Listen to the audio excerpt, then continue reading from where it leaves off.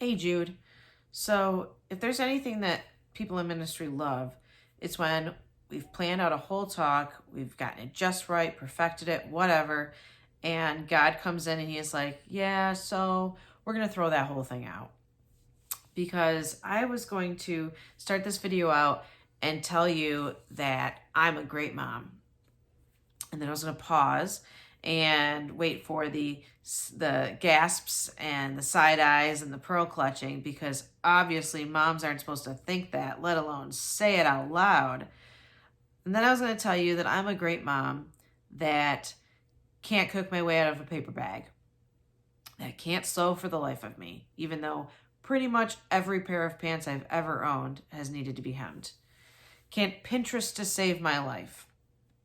And then I was going to tell you that I'm a great wife that forgets to give cards to my husband on special occasion, a great wife that whines too much, that whole cooking thing again.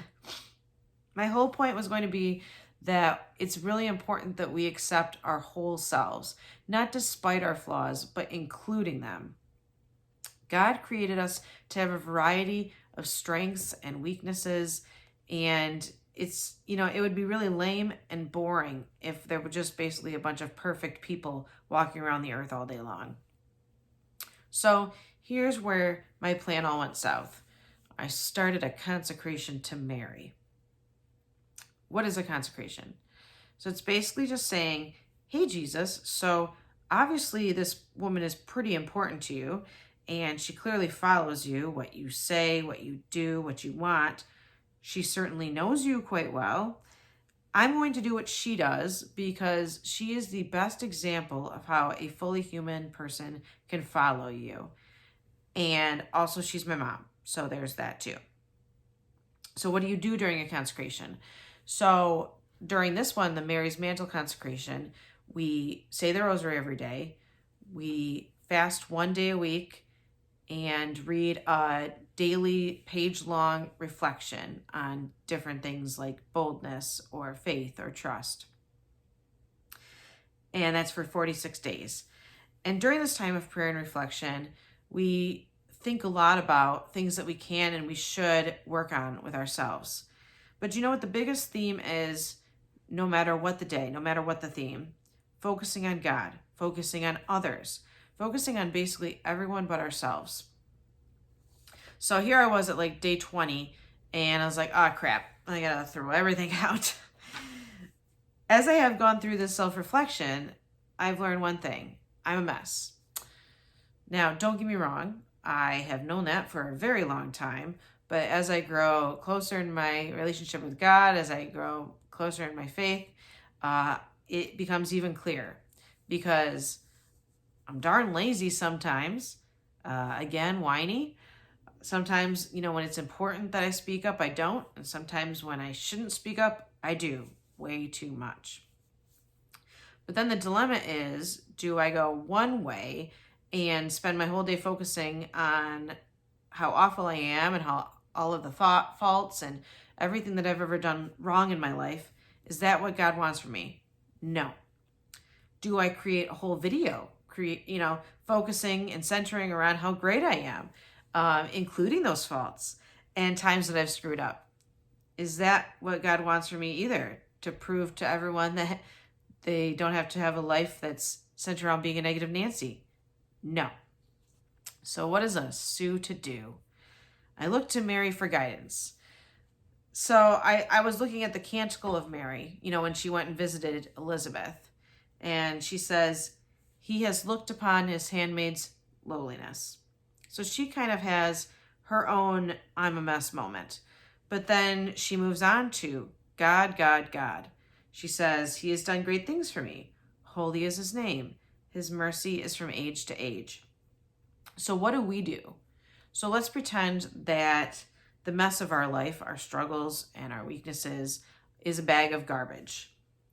The answer isn't to go around showing everyone this bag and pointing out how awful it is, lamenting on how terrible it is and staring at it all day long. It's also not to show off the darn bag, saying how awesome you are even though you have this bag of crapola. The answer is to give the bag to God, and move on. What did Mary do after her canticle? She, a newly pregnant gal herself, stayed and cared for pregnant Elizabeth for 3 months. Mary got to work. Mary is the perfect example of humility. Humility doesn't look like the person that walks around with their head hanging low, talking about how terrible they are. No one looks at Eeyore and thinks, that's one humble donkey. Humility is putting the focus on God. Humility is when someone looks at you, but they don't see you. They see God working through you. The original reason that I wanted to give this talk was the fact that I admin or belong to about 500 different Facebook groups, mostly centered around Catholic motherhood. And there are times when you can feel through the screen these women's fears and doubts and shame that they're not perfect at everything that moms are supposed to be perfect at.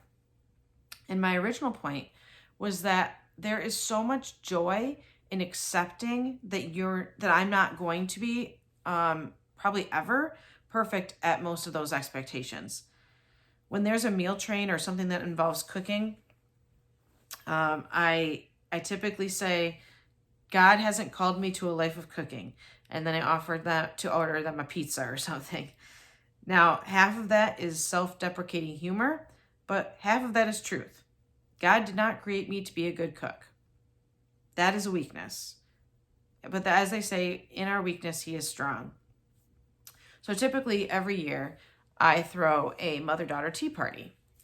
And last year I wanted the theme to be the queenship, like a queenship theme for basically like Queen Mary is the queen of heaven and earth. And the number one thing that I wanted to have there was a cupcake rosary. But I found myself lamenting and despairing a bit because I knew that if I tried to do it myself, as simple as that could have been, I would have screwed it up and it wouldn't have gone right. And then I was concerned about the fact that I didn't have money to pay for anyone to do that. So one day I was talking to one of our darling ASA staff members and I was telling her all about my plans and she was just lighting up. And then I got to the part about my dream of having a cupcake rosary and she immediately suggested another staff member that could help us out with that. And by the time we were all done with talking, they were all in and they had given me so many ideas of how they could help me. So on the day of, the second teacher arranged for a bunch of the 8th grade girls to come and they frosted all the cupcakes and they set it all out. And we ended up with the most beautiful and tastiest cupcake rosary you've ever seen in your whole life. If you've ever seen a cupcake rosary in your life. Had I been capable of every aspect of that event, I really feel like it would have ended up being the Sue show. And it wouldn't have put the focus on God. People wouldn't have seen God. They would have seen, look at all these things Sue can do. But because I was able to, I was put in the position to accept my weaknesses, several others were able to help and they were able to serve God in the way that God gave them their strengths. You know, moms, dads, grandmas, grandpas, do you think kids want perfect parents? Does that sound exciting to you? The idea of looking up to someone who's perfect at every single thing they try. If you were expected to be like that, if that was what you had to relate to, it would be unattainable and you would probably have some pretty miserable kids on your hands. Kids, plain and simple, we don't expect you to be perfect. You know, in the times that I have moved past focusing on my strengths and my weaknesses and just set my sights on God and what he wants from me and where he wants me to go, I am more at peace. I accomplish more. I have the energy to do more. I am less selfish and me-focused. I'm closer in my relationship with God. I notice others' needs more. I allow others to make up for my weaknesses and serve God in their own ways. I know this message is going to miss the mark for some people. For me, I know that there were times where it definitely would have missed it for me. You may be in a place of hurt and pain, and you may have a long way to go in healing before you can ever let yourself think of anything other than being a mess and all the things that you do wrong, let alone seeing yourself in a positive light. But as I said earlier, give that to Jesus. It doesn't matter how many bags of trash that you're bringing, his arms are wide enough on the cross to receive it all.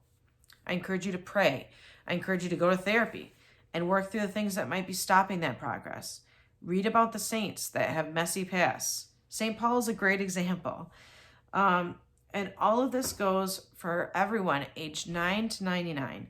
Just because you hit a certain age doesn't make you immune to this. And remember, God is incapable of creating something bad or useless or ugly. As we like to say in youth ministry, God doesn't make junk. And he can use you no matter what baggage you're coming with. I want to end with the lyrics to my current favorite song, Nobody by Casting Crowns, because I'm pretty sure this could be the theme song for this message. Moses had stage fright. David brought a rock to a sword fight. You picked 12 outsiders nobody would have chosen, and you changed the world. Well, the moral of the story is everybody's got a purpose. So when I hear that devil start talking to me saying, who do you think you are? I'm just a nobody trying to tell everybody all about somebody who saved my soul. Ever since you rescued me, you gave my heart a song to sing. I'm living for the world to see nobody but Jesus. I pray that the rest of Advent goes great for you, that you are able to prepare your heart for Jesus coming on Christmas Day. And I thank you so much for allowing me to share with you again. God bless you.